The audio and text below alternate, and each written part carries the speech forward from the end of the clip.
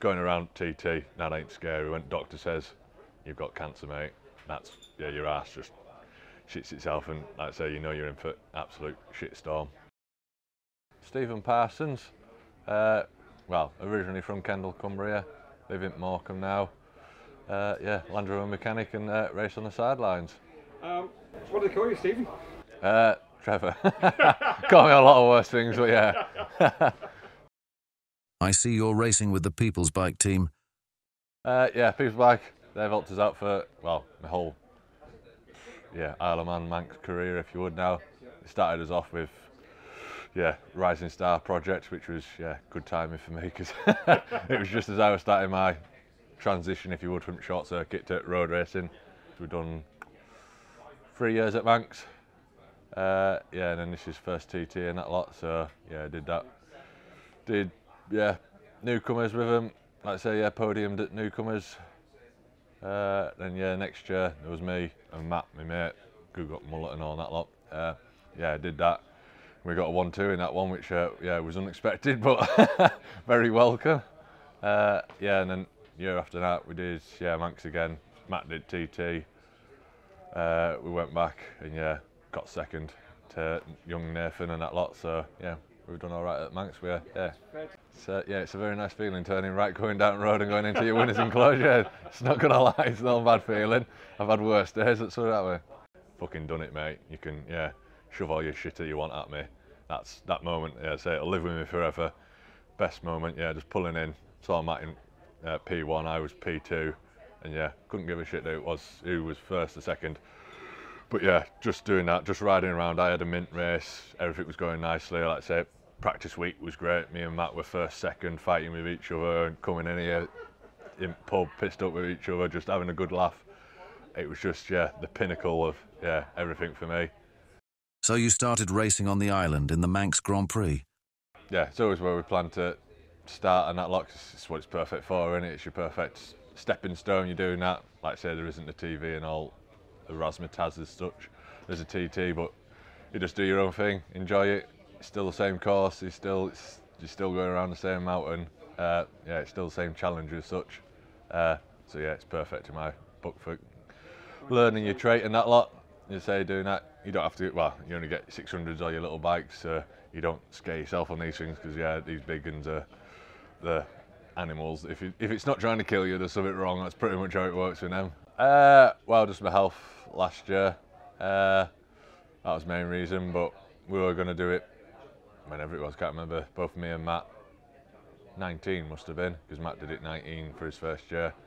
But yeah, just finance, and to be fair, I finished third 3 times now at Manx, second twice, I think, yeah. So I just wanted to get my top step, which I didn't get, which was fine. Like I say, Nathan rode phenomenally, broke his lap records and all that jazz, and yeah, he can ride a bike, and Nathan, which was fine. But yeah, we just wanted to try and get that win.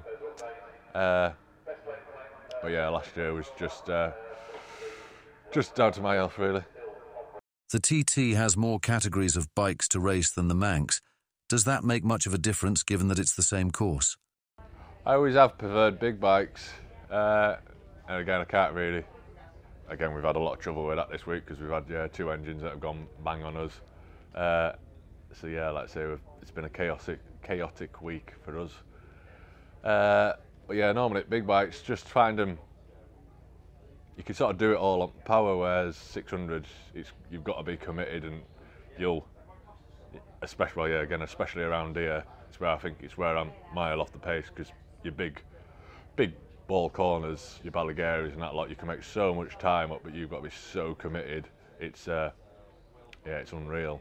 Whereas I think a big bike, you can sort of get away with not being just as committed, but you can. You've got enough torque to yeah, you can pull it out of it, and it'll get you your time in a different area. If you would, where at 600s, you just flat knacker for a lot of it, so you just have to ride the living hell out of it, if you would.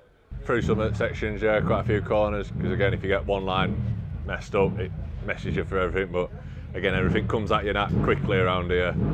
Well, maybe some people can think quick enough, but I'm too simple. I don't think that quick. It takes me 5 minutes to spell my own name. So yeah, trying to think it, you just got to be, like I say, instant really. You just got to know it that well. Yeah, you're not even thinking. You're just doing, if you would. It's not ideal practicing on a slow motor and then you put a race motor in, or your good motor that's whatever 5-10 mile an hour quicker, that's great, but everything changes then, doesn't it? Like, yeah, like Ballagary and that lot, we used to get it flat out in 6th gear. Yeah, you were pushing like you knew about it, but you could do it. But it's not the fact that I'm going through corner quicker than, because you watch like Dunlop and that lot, and I think one of his on board, he drops it down a gear and drives through. Like, bloody hell, if I did that, mate, I'd be slow as yeah. But it's just the fact that he's going at the corner 20 mile an hour quicker than me. So like I say, his apex speed will be faster than me. I can guarantee you. Like I say, I ain't that quick. But it's just your bike and you're just a machinery you're on. You just have to push it that much. Everyone knows that at the TT the planned schedule is often interrupted. Are those unexpected changes difficult to cope with? Not too bad when it's as early as this. Your delays and a lot. Delay gets to me badly when you're just about ready to go up there, literally about helmet on, because I think Tuesday night or Wednesday night practice, big bike, that had my engine went bang on that one, so I was looking for an engine for that, so I was only on my 600. Big bikes had gone out, done their session, and I had my helmet on, ready to go, gloves are on, literally waiting for tannoy announcement. And instead of getting called up, we got called, there's been an oil spill, sorry lads, we're canning your session. Whereas like I say, you were helmet on, you're absolutely like, eyes on stalks if you would, you're buzzing to get out there, and then for somebody just to go, nah, it's just a massive downer. You've got no release as such, you're just a massive downer. You've mentioned a few times that your health has been an issue. What has been the problem? We had COVID, which everybody had, which was shit, wasn't it? And nobody enjoyed that. And then came out of COVID, and I properly got shafted. I got stage 4 Hodgkin's lymphoma. It was blood and bone cancer was what I had, because we did it properly, we don't mess about. If you're gonna do it but so I had blood and bone cancer. Blood cancer, part of it was my Hodgkin's lymphoma, and we weren't able to properly diagnose me bone cancer because I had tumour in my neck, multiple tumours in my chest. They think about 4 or 5, but there was just activity everywhere in my chest, and then it had spread to me pelvis, which was my bone cancer. It was sort of in the middle of my bone, or in the middle of my pelvis. So the only way they could have diagnosed it properly was to do your biopsy, which was to split my pelvis in half, which was not great. You're going into all that shit, your chemo and radiotherapy and all that lot, to have a major operation splitting. They just said it's not worth it. We're going to give you this chemo anyway to fight your cancer. And there's no point putting you through all that trauma. I started with chemo because they were spot on with doctors, because we literally, once they realised what was up with me, we did my scans and that lot. I did what they call a PET CT scan, which is they inject you with radioactive glucose sugar, if you would, and that shows up on your scan where it all is. And like I say, my body was like a Christmas tree, if you would. It was it's like a thermal imaging is the actual scan what they show you. And there was just activity everywhere, so they were pretty keen on getting me in and straight away, because we were in a bit of a bad way. We did about 15-20 rounds of chemo, and I had 15 rounds of radiotherapy on my chest. It lasted just over a year, did my chemo. It's never just a nice, slow, gradual climb. You sort of do all right, and then bang, something hits you again, because we did that, came here, got in, slightly anemic, not fully, but red blood cell count was on the low side.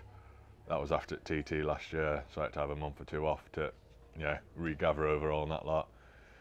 And then my immune system shot, so anything like cold or anything like that, it absolutely annihilates me.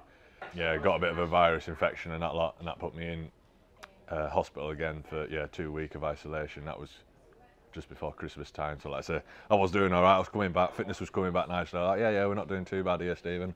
We're all right. And then you bang, get shafted by something else. Just seeing you here at all is miraculous and very inspirational. It's amazing to hear that you have been medically cleared. But what about Trev the racer? Is he back as well? I'm not sure, to be fair, because just at the moment my body's holding me back, so it's kind of, yeah, still sussing that one out at the moment, because it has changed. It's changed everything about my life. Like I say, everything's perspective on everything is different now. And again, it's just finishing the race. Like I said, that was the absolute goal, if you would. So that's what's, yeah, everything's been pushing towards that. Well, that isn't what I used to be. Like I say, I used to be pushing, not pushing for lap times, but like I say, you're faster, I want more. Whereas, yeah, like I said, so far since my cancer to now, it's just been getting myself back here, because, yeah, like I say, we tried everything last year, yeah, and it wasn't nowhere near happening. I was just, yeah, I couldn't do half a lap of an easy-ish pace, if you would. So yeah, my body is just still that buggered, if you would, that it's mile off. So me getting to the point where, like I say, I'm not there yet, so it's just, yeah, a bit more time's gonna have to do on that one. Pretty much all the small privateer entries exist on a shoestring budget, but your illness must have been more of a challenge in that regard than for even most teams. When you're in hospital getting pumped full of drugs, you ain't working, so yeah, money-wise, you have to blow everything. It's yeah, you don't look at your bank balance, you just shove credit card, or yeah, shove your card, take it and off that, and yeah, it always reads zero pretty much, that's just life, I'm afraid. It's qualifying for even 600. We had 2 motors. I've got the one that's in it at the moment, which is like my race one, which is, yeah, half decent one, if you would. And then my spare one is like Trigger's Broom. It's had that many rebuilds and, yeah, pistons and, yeah, everything. With everything you've been through, and knowing how hard it is to just be here, why do you do it? Because I ain't feeling like it. Not when you come in, yeah, off there. I say this year has been a bit different because, yeah, the health and that lot, but I remember what it used to be like. And yeah, you just, yeah, I don't know, king of the world, whatever, I don't know, it's, yeah, not that, it's just, there's not a feeling like it once you've nailed a lap and that lot. And yeah, well, when me and Matt did Manx, and we came first and second, I said nobody expected that, we didn't expect that. Yeah, best mates with Matt, freaking, yeah, get along with him, yeah, mint. Just to, yeah, finish that, it's the best feeling, that's just the best, that's, yeah, life ticked. I'm Lucy, I am Stephen Parsons, also known as Trevor's girlfriend. We have been together for nearly 5 years now, so all fun and games. It's been eventful, not that I signed up for in any way, shape or form, but we're still here. I think if you can get through COVID, cancer and whatever else, then it's a good test. I've noticed you're very much hands-on around the bikes and equipment. We've always been a really small team of just me, Trev, Frank, but sometimes it's just me and him. So I don't want to just sit there. So I'm like, right, what can I do to help? So now I change the front wheel, he does the back wheel. If we need to go from wets to dries to wets, just to make it quicker. So I can do a little bit of spannering. Not a lot, but yeah. 4 days ago I walked in the tent and there's you and Trev.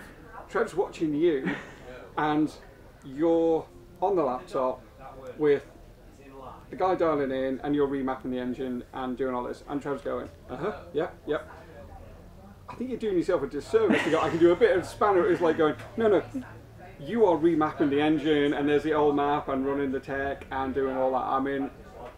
Yeah, I mean, that was the first time I've ever done it. It was just, we needed to get it done, so I'm never fluster in those situations, just do what I can to help him, because when you're a privateer, you can't just hand the bike back to the mechanics or anything else. Trev is the mechanic, he is the rider, he makes sure it's set to go before we come out, he does everything for it, so whatever I can do to help alleviate a little bit of the stress, I will more than happily do. We're a team at the end of the day, and that's what teams do.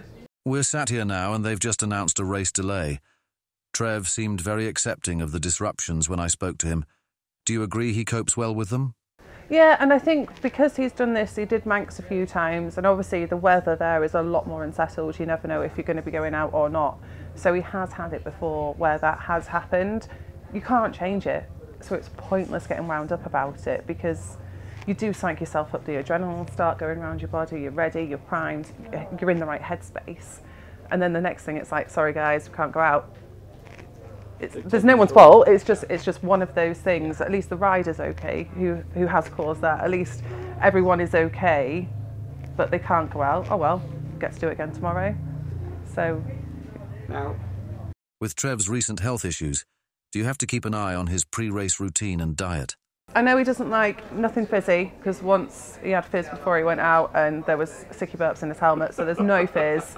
Cup of tea in the morning, but nothing after that, because it's just juice, electrolyte juices. And I just make sure that there's always, like, just pass it to him without, just not even making a thing of it, just putting it in his hand, and then he'll take a drink if he wants to. He's like, oh no, I'm all right, thank you. Energy gel now before he goes out, that's a newer thing, just to keep his energy sugars where they need to be. Obviously with everything cancer related, there are certain things he can't really eat anymore. Anything spicy is just an absolute no-go. So we're just making sure that he's got proteins, carbs, the things that he needs to have. But we've been on a bit of a fitness mission for the past 6 months really, so it's always eat clean, eat healthy. Anything that you can prep yourself is always going to be better than something out of a packet. So that's what we've been doing really.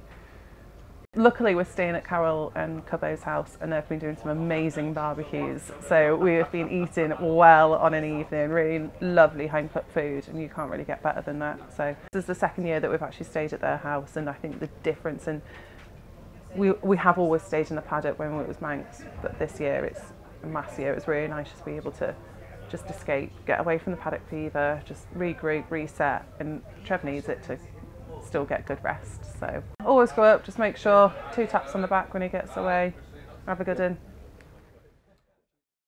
After you've seen him away from the start line, what do you do then? Watch avidly on live time and go, right, it's 3, right, it's 3. Just as long as he gets around safely, that's all that matters. It's not about lap times this year. It does help. Sometimes ignorance is definitely bliss around here. I've been watching, spectating, because he's not out in the big bike classes, so we've been spectating quite a bit. And you think, oh my God, that's actually what you do. And then you see the corners, I'm like, how do you take that one? And he's like, yeah, probably about as fast.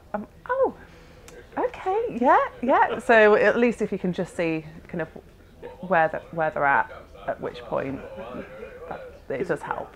After seeing him racing at circuits, how did you feel about Trev coming to race at the Isle of Man? It's what he's always wanted to do. So I'm never going to say anything other than you do what you want to do, because I met him through racing.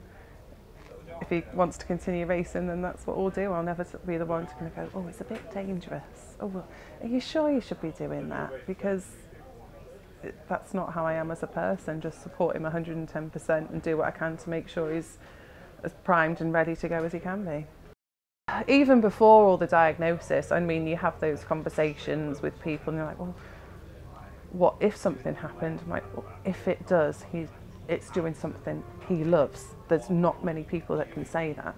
And as morbid as it sounds, that's his outlook. And I'm like, well, fair. It's a very, very selfish way of going out, granted, but there's not many people that can say that they've died doing something that they love. And you never know what's around the corner. We've clearly been through that. You never knew. We just thought it might have been long COVID or something like that. And then it's like, nope, got stage 4 cancer. These are your odds. This is what we're going to do. Well, he's mental. My parents think it's mental, but they'll still support him 100% because they can see the drive and determination that's got him to this point. Everyone just can't believe that he does this as a hobby, because he's got his full-time job. This is just what we do on the sidelines, but you know, you never know what's going to happen. So this is what we do, and this is life. This is our life, and this is the best. This has been his carrot since he got his diagnosis. To be able to say that I've completed it is just phenomenal. How did you feel when you saw him finish his first race after the illness? Oh, yeah. The fact that he was able to start the race is the biggest hats off ever. To then be able to complete it, probably not in the times that you ideally wanted, but still to complete it is phenomenal. I don't think there's anyone else out there that can say just over a year with no treatment that you can set off, get a, what I think is 27th, so a top 30 finish, and yeah, just a whole host of emotions. It was the relief, I think, the stress of getting him to that point to be able to finish it, just the constant knockbacks of the last two years of just hard, grueling, again, just being a team to get him through all his treatment and everything else. Yeah, emotional. You're such a strong team together, but who will know when it's time for Trev to stop racing? Oh, he will. It's not for me to say. I'll just keep going until he says stop. He might not say stop. He might be doing a John McGuinness and being. I think it's a long-term plan for him to always. He's wanted to race TT since he was about 8-10 years old. So the fact that he's now done it, whether he takes a few months off, regroups, let's just go chill out, do something else, and then come back again even stronger. I think it will always. I naively thought that having all this treatment, he would just be ready to go again, but the recovery can take up to 5 years. So, and it's never linear, it's always in waves. So look what he's achieved in a year. What could he then kind of, in another year, he wants to be doing this in 10 years, 20 years time, not just 2 years, pagger himself and then not be able to ride again. So yeah, long term. At this end of the paddock, it's all privateers, and mostly people who know each other. Do you enjoy that side of the road racing world? It's really nice as well, at the start of the year, especially I think Croft is normally the first big one that we kind of do. You see everyone there, how's your winter been? They're lovely to see you. It is a real family, and it's lovely to be able to just kind of go around and just catch up with people that you wouldn't normally. Everyone, whatever reasons people are here for, you're all in the same boat. So it's better to help someone out than have a bit of a, you know, oh no, I don't want to help you kind of thing. Just help each other out. It's nice to be nice. Although this is very, very corporate in certain areas, when you kind of get back and have a look at the privateers and everyone racing, you can really see that it is a lot more grassroots. You're here in your awning, ready to go. Right, what do I need to do next? Right, where's that? Who's going to get fuel? And you don't have the fancy stuff. You just go to the pump and get super unleaded. So does that mean you'd prefer to be part of one of the big teams? I mean, you'd never say no to any opportunity that arises from it, but I think his riding and what he could potentially achieve would be huge. I know when I've spoken to him before, my idea would be Padgett's to ride for. I know that he wants to, like, if he could ride for any of the big ones, it would be Padgett's, because Trevor's got such a mechanical understanding and mind, and that's what Clive always has. It's always about the bikes first and foremost, and that would fit with Trev's ethos. So that would be, I think, his number one. I could see him that would be where he'd want to be. I mean, if anything else came up, then, you know, you're not going to say no, are you? But yeah, if he could ride for anyone, I know he said to me before we've had the discussion, it was always Padgett's. So, Padgett's. So, what is success for you? Just seeing him finish, getting home safe. It doesn't matter. This year is not about speeds, times. It doesn't matter. It's the sheer determination for him to get over that finish line. That is, yeah, victory to me. The fact that we're here, even in the first place, when he was kind of, right, you've got a 30% chance of beating this. Like, that's not, odds are not in your favour there. But yet he's still standing here and setting off and being competitive. It was hard. It was second lap. I could have quite happily stopped at pit stop and just thought, this is just too hard, boys. But yeah, did that. Went out, and just sort of tried to find a pace. But yeah, fucking everything was aching on me. The pain, the fatigue, and that lot. But yeah, we just, no, you're finishing it, Steve. You're finishing that bastard. And yeah, like I say, we did it, and yeah, that's what I wanted.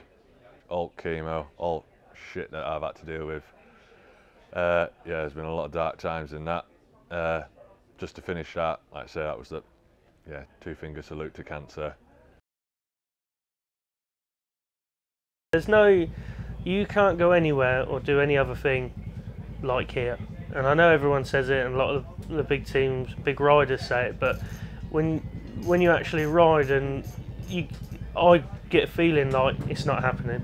So I feel like when I'm going round the first 2 laps, I feel like I'm dreaming. I do honestly think I'm going to wake up, and you have to sort of think about when you're going around. You're obviously thinking about what's going on, but in the moments up to like Crosby or Selby, you sort of have a minute to just think, and you think, yeah, this is real, and I am doing it, and you can't do that anywhere else. There's nowhere else that gives you that, and there's nothing else like it, is there?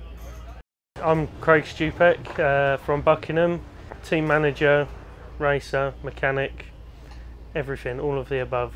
There's me, obviously, mum, dad, missus, cousin, and a couple of friends, and that's it. And it's all. Are you forgetting a little one? Oh yeah, a little baby as well. But yeah. She's not too helpful. 2-month-old baby. She's just there for support. I mean, she can't hold a spanner yet, but one day she will, and she can perhaps hit the bite of a hammer, or me, probably, to go faster. Yeah. I'm Tate Stupek, and I'm Craig's wife. I think it's easier being here. Last year it was probably easier being in with the pits and the pit lane and everything, but it's probably harder this year because I'm not in it, because I'm looking after this little one. So, but yeah, it's definitely harder this year being out of it. It's I suppose when you've got a family now, it's not just me really, it's both of us. So, but yeah, we manage, we get on with it, and we're here and we're doing it. So, horse box, or what was a horse box, converted again all by us. Yeah, a little caravan, and just making it work really, just doing our best, and self-funding. That's what we can manage. Craig has to do the riding, the scrutineering, the bike prep. There's a lot of hours, a lot of times that in the evening when we're at home and he's off having to bike prep while we're at home, and yeah, after work it's a lot of hours. So yeah, a bigger team would be better. As in spectators on the outside looking in kind of thing. Yeah. I suppose I think they just see that Craig probably rides, and yeah, and that's it. But when he goes out, there's a list of things. You take this, make sure you eat this, make sure you do that. Although I'm not in it, I try to help where I can. I think it's better when you keep busy. I think, like I said, because I'm not up there, I think it's different. When you're there, you're more in control and you can see everything that's happening. But when you're not there, it's probably worse. But yeah, we had a bath last night instead. So I have a new role this year, but not complaining. It's all good. It's all good. It's all worth it. But there's still a lot of work to do. I've still got to work. Still wake up in the morning and do lots of admin and things like that. So yeah, so that's a job in itself. Probably the most emotional time is when he's in his kit with his levers on, and he's come back from scrutineering to get changed, and then he leaves, and then I'm watching him walk away. That's probably the most emotional time. That's when it gets me. But most people are pretty calm about it. There's a few who get a bit nervous. There's one lad who I've been to school with since we started school, and the first time he come, he was almost in tears, and he was sort of like, he was really worried. And when he knew it was done, he was quite happy. But yeah, for the most part, I think after years of riding on the road in the way that I've ridden on the road, I think this is probably a more sensible, safer option of carrying on rather than just being a lunatic on a road bike, you know.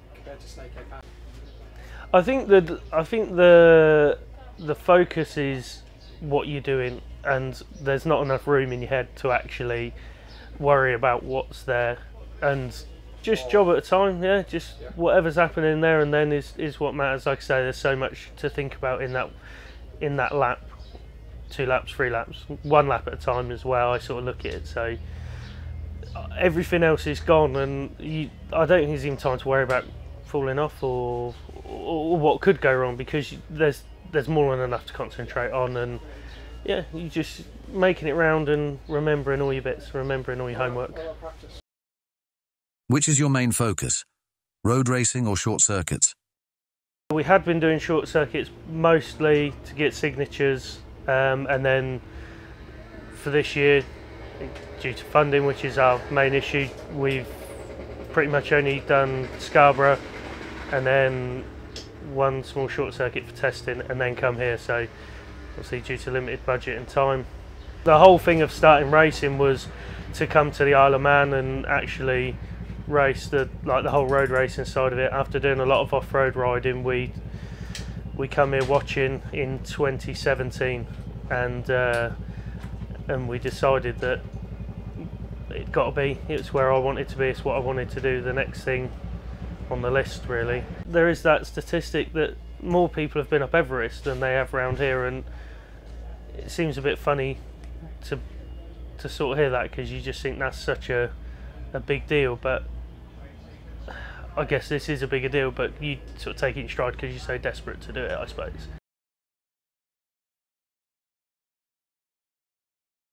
I mean, with the right level of commitment, yeah, but anyone could, in theory. Like, if you're committed and you put the time in, you put the work in, you do your homework, it is achievable for almost anyone if they want to, if they're committed and they really try.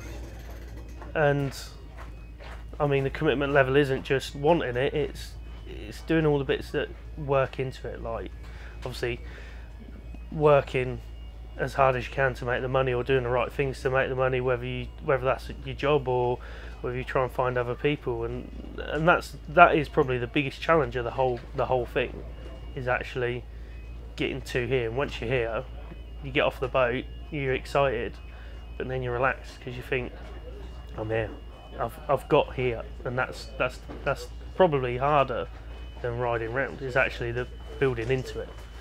The mountain course is famous for breaking bikes. Being such a small team, can you bring enough spares for that side of racing here? One engine for the twin and nothing for the 600, so that's it. That's it. So if it does go wrong, twin goes wrong, we're okay. 600 goes wrong, well, back to beg, stealing and borrowing again. That's. I mean, we're here now.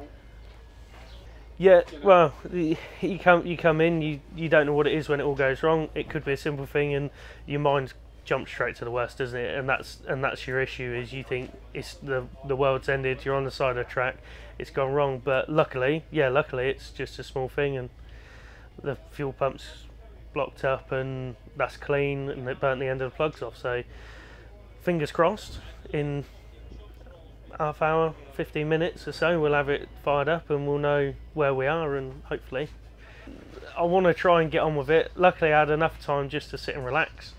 I was sat on the side of the road for over an hour, so watch the side cars, and gives you time to think and not really stress about the bike and things like that. And obviously with Dad working on the bike and Daniel working on it, I know it's in good hands. So, what is success for you? The feeling like we won last year was almost finishing, and not in a horrible way that bigger teams didn't, but the fact that our built and prepared bike finished and big money teams didn't make it. We did, yeah, like I say, we had one spare engine last year, which is pretty much stock. It's not a big engine, it's not big money, and our bike did the 2 weeks. And that was it. For the first time as well, everything didn't go our way, but in the end, the result was we finished, and that was a victory to us. How's it been? Ups and downs. Enjoyable all the way through, but challenging. But it's always challenging, isn't it? So just looking forward to next year. Few problems that we wasn't necessarily ready for. Crankcase, it's easy to say sometimes, on lap one of the twins race, so that was frustrating. Noticed a load of oil on my boot, and that was it, just had to call it a day. Tried the second engine in, but a few problems with that, so that was the end of that. Yeah, that's it. And things happen here where that doesn't happen anywhere else.